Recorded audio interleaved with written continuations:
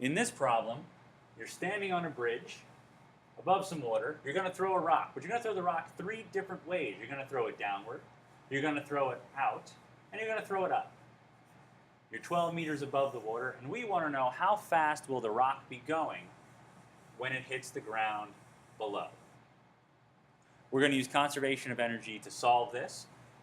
Our initial point is going to be when you throw it, and the final point would be when it hits the water sometime later. So we start off with our conservation equation, which is right here.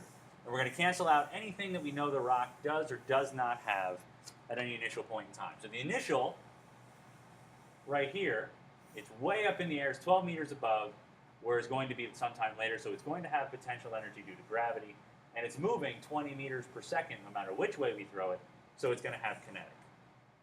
When the rock hits the water below, all that potential energy is going to go away, but it will have kinetic energy at that point because it's still going to be moving at the moment that it hits the water. So now we can plug in our equation. For potential energy, it's m times g times h. Kinetic energy is 1/2 mv squared. And we'll call that v1 since it's the initial speed. And that's going to equal 1/2 mv squared finally. And I'll call that v2. Hopefully you notice that all of the masses are going to cancel out. We can divide them out easily enough. It's going to leave me with GH plus 1/2 initial speed squared is going to equal 1/2 final speed squared. And we're trying to solve for V2. That's the question. How fast is this thing going to be moving when it hits the ground? Now you might have noticed it does not matter which one we're solving for, whether you throw it downward, outward, or upward. Because no matter which direction you throw the rock, it's going to have the same amount of kinetic energy. Kinetic energy, 1/2 mv squared, does not care about whether it's being thrown upward, downward, or outward. So we can use this conservation of energy to solve for all three at once because it doesn't matter what direction you're throwing something, it just matters how fast you're throwing it.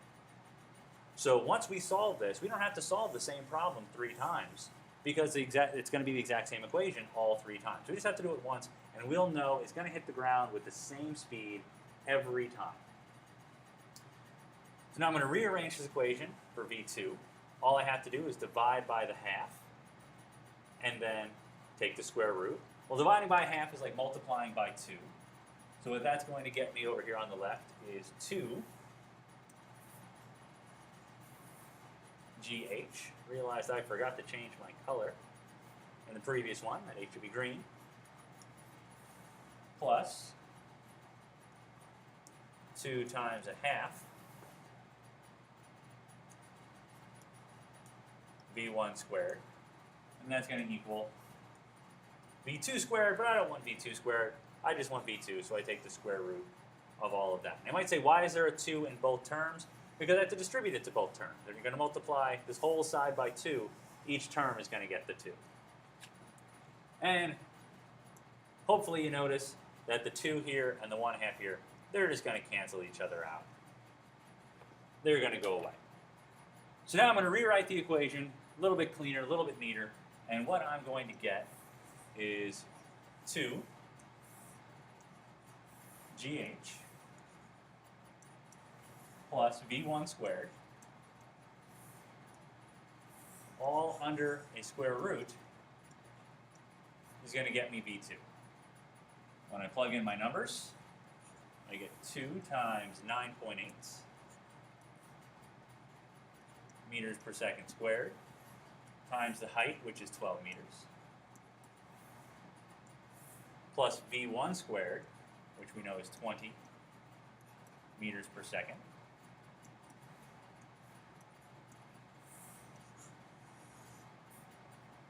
when you plug all of that into your calculator, what you should get is that the rock is going to hit the water with a speed of 25.2 meters per second.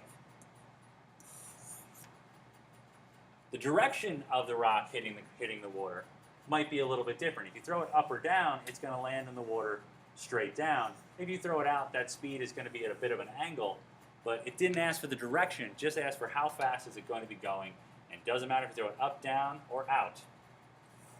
The speed when the rock hits the water is 25.2 meters per second.